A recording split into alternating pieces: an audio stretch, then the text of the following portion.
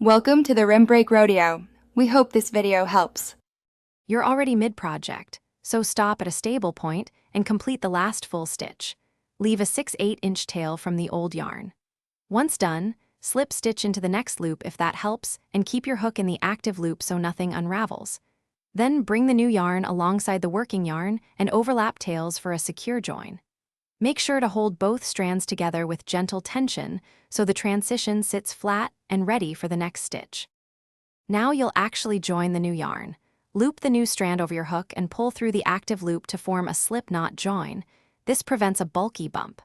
Once joined, crochet the next 2 stitches using both the old and new strands together for immediate stability, then drop the old yarn and continue with the new. Make sure to maintain consistent tension so the fabric doesn't tighten. If you prefer, chain 1 before continuing to lock the join and leave tails to weave in later. Finish by weaving in both tails securely. Thread each tail into a tapestry needle and follow the stitch direction for several inches to hide ends. If you notice a small bump where you joined, adjust nearby stitches gently or split the yarn plies and tuck the tail through to blend it in. Make sure to trim any excess only after the weave feels secure.